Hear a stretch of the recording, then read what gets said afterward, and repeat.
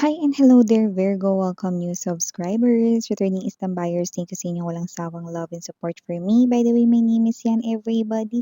At yun nga wala tayong gender dito ha, babae, lalaki, LGBT, latte, welcome. Pwede rin pong i-switch ang mga roles dahil possible talaga magkapalit-palit po kasi general reading ito. And at the end of the day, lahat may free will na free yung gamitin anytime, anywhere. At yun nga mga babes na tayo dito, no, na time period. Kaya naman, just think only what resonates. By the way, kung hindi niyo pa knows mga babes, meron pa po tayong other channel.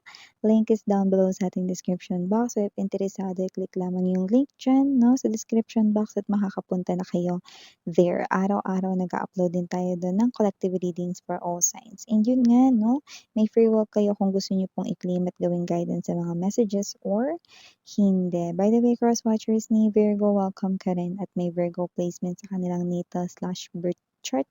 Welcome din kayo. So let's go ahead and check these messages right here para sa iyo, Virgo. Archangel Michael, maraming salamat, Angel Guides. Can we get messages right here for Virgo, please? What this Virgo needs to know? Can you please show me what this Virgo needs to know? Messages para kay Virgo.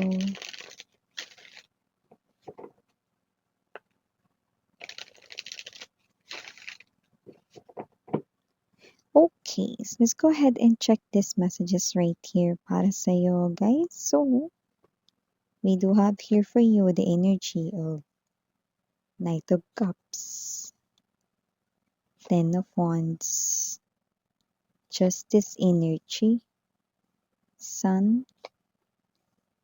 Page of Wands, Six of Wands, bottom of the deck, Ten of Coins, King of Coins, and the Star.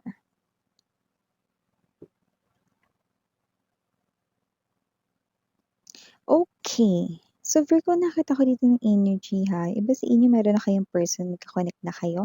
Yung iba naman, nililigawan na kayo ngayon na pero hindi pa officially kayo, no? But this person here, nasa dating stage na kayo. This person here will make you happy, no? At maaring malapit mo nang ibigay ang iyong matamis na yes sa kanya. Okay, bakit naman hindi? Why not? No, nakita tayo dito, Virgo, that this person here makes you happy and at the same time, no, parang feeling mo, no, nasa iba kang world kapag kasama mo siya, no? Parang feeling mo na ilalabas ka niya, no, sa iyo ritong pwedeng malungkot o yung iba hindi naman malungkot sa inyong boring na world. Basta pagkasama niyo siya, parang lagi kayo ritong happy, parang laging may excitement na kailangang abangan, no? So I do see that this person here makes you feel happy and at the same time makes you feel alive, no? So nakita ko dito ng more dates to come sa inyo nitong tao na ito. At yung iba, kung hindi pa kayo, I'm seeing na mukhang ibibigay mo na ang iyong matamis na oo. At kung ikaw naman ay isang guy, no, ibibigay niya na sa'yo dito ang matamis niyang oo, so magkakaroon na kayo ng relationship na wala tayong gender, LGBTQs, of course, welcome din kayo. Just take only what resonates, okay? So nakikita rin kitang excited, yung iba excited rito, no? Maaaring may pagbiyahe, travel ito, pero yung iba maaaring ito ay lipat ng tirahan, no? So maaaring excited na kayo ritong lumipat, no? At malayo sa mga energies ng chismoso-chismoso sa inyong lugar. Yeah, may energy rito ng lipat ng address. So, definitely excited kayo rito, no? Kasi mukhang kayo ito na parang pag lumipat kayo rito, mas beneficial for you or mas convenient. Okay? Possible kasi na dun sa inyong lilipatan, no, is pwedeng mas malapit sa inyong pinagtatrabahuhan, no? Parang may energy ng, kasi mas makakatipid na ako, miss yan. Kasi mas maganda tong bago kong tirahan, miss yan, kasi mas tahimik dito, mas maayos yung mga kapitbahay, yan, no? So, nakikita ko dito na parang you feel safe and at the same time, parang mas may energy na makakatipid kayo. May ganun, no? So, may energy na baka malapit yan sa inyo rito, no, na pinagtatrabahuhan. Yung iba naman, no, parang may something, no, na nagpapa-excite sa inyo. Pwedeng malapit yan sa bahay ng crush mo. Or baka malapit yan sa bahay ng boyfriend mo or girlfriend mo. May ganun eh, no? Mas convenient sa'yo, no? Para mas madalas kayo magkita, ganun, no? Okay. So, maliban diyan nakakuha rin tayo ng energy dito, Virgo, for you guys. Meron ba ditong nilalaban na kaso 'no, nakita tayo dito that the ball is at your court.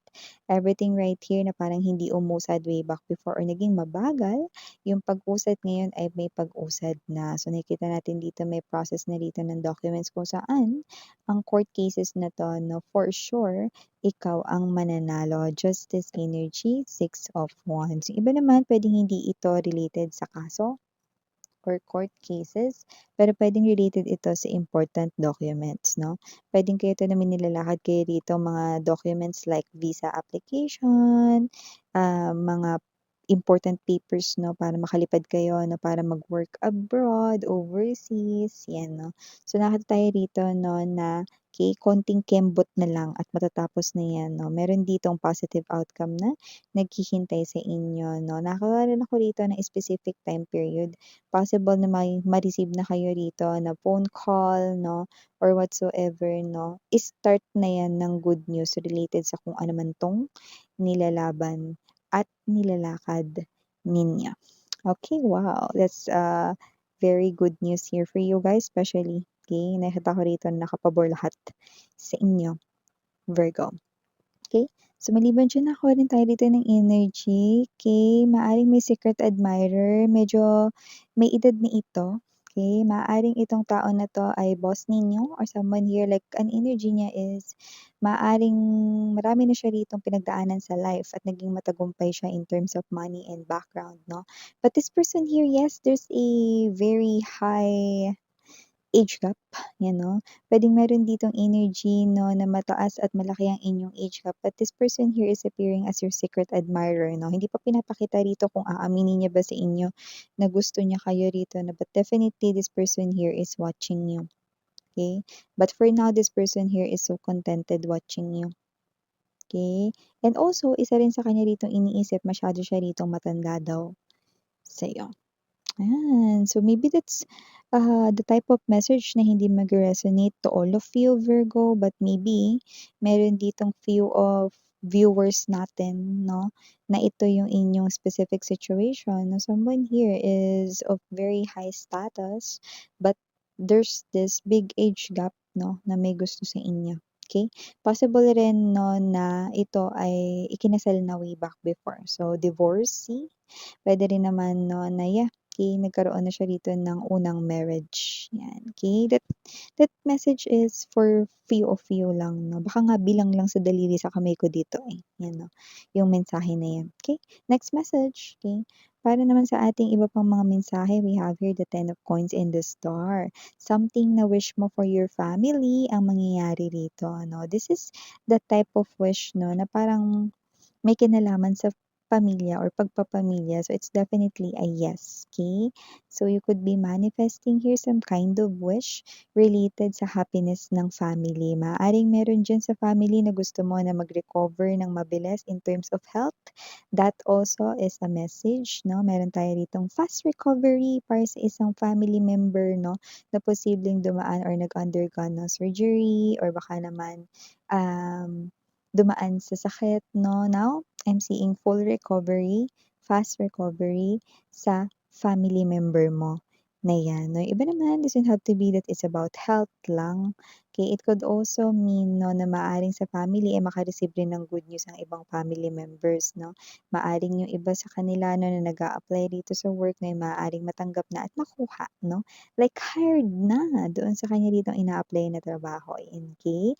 Iba naman baka naman may family member na nagnenegosyo 'no, na maaaring maalat ang pasok ng pera sa kanyang negosyo nitong mga nakaraan, gumaganda na rin 'yan. But you know, dahil ikaw ay member din ng family, possible na rin na sa'yo manggaling ang good news 'no, basta nasa loob ng inyong house na nakikita ko rito 'no. And I think magbe-benefit yung whole family, okay. Parang ganito kasi 'no, parang 'pag may mga nangyayaring maganda, the family is celebrating. And also nakakita rin ako dito ng energy na, nagpo-provide 'no, kung sino man rito 'no, yung members ng family puwedeng share-share kayo, bayad sa kuryente, utilities, tubig, kuryente, 'di ba?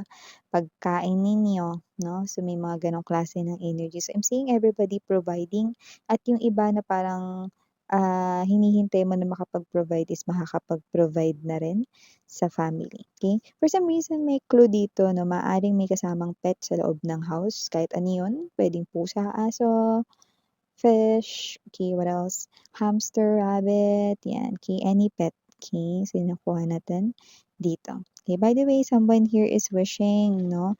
At ang wish niya dito mga babes, no, is to see you again. Yan, no? Will I see you again? Actually, hindi niya alam kung makikita niya pa kayo ulit. But this person here wish to see you again. Well, this is not an energy of your ex. Okay, don't get me wrong, but this is an energy of a stranger na minsan niya lang kayong nakita dito pero gusto niya makita kayo ulit. Yan, oh. Will I see you again?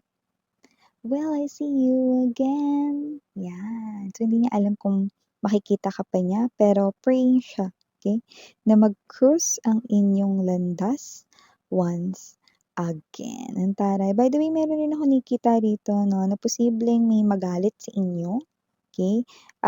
As in kayo yung magagalit, no, at mayroong maaaring baka may masabi kayo rito, no, na maaaring makasakit, no, sa isang person.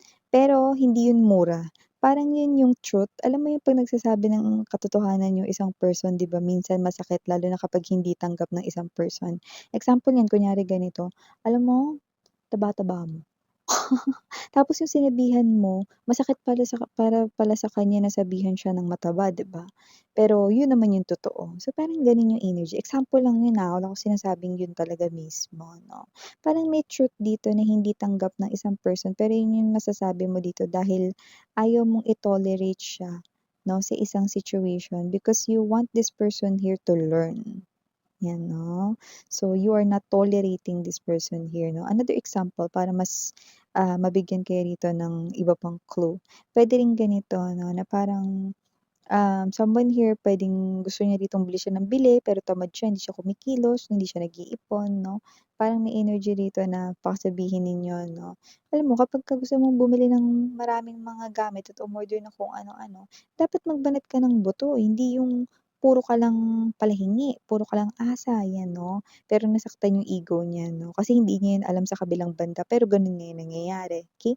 Parang you will push that person, okey, to do something about his or her own situation, okey?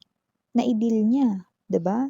So, parang it's an awakening moment as well din 'no, para dito sa person na 'to 'no, 'yan. Kaya I'm not seeing mura, wala akong nakikitang gano'n 'no, pero meron talaga kayo ditong parang may masasampal dahil sa inyong mga words na nakagigising. So, yeah, ito yung mga messages right here for ya, Virgo. Thank you so much again, I'm Mariana Oni. For the girls in Yana, do not for the boys, sarang heal, love and light.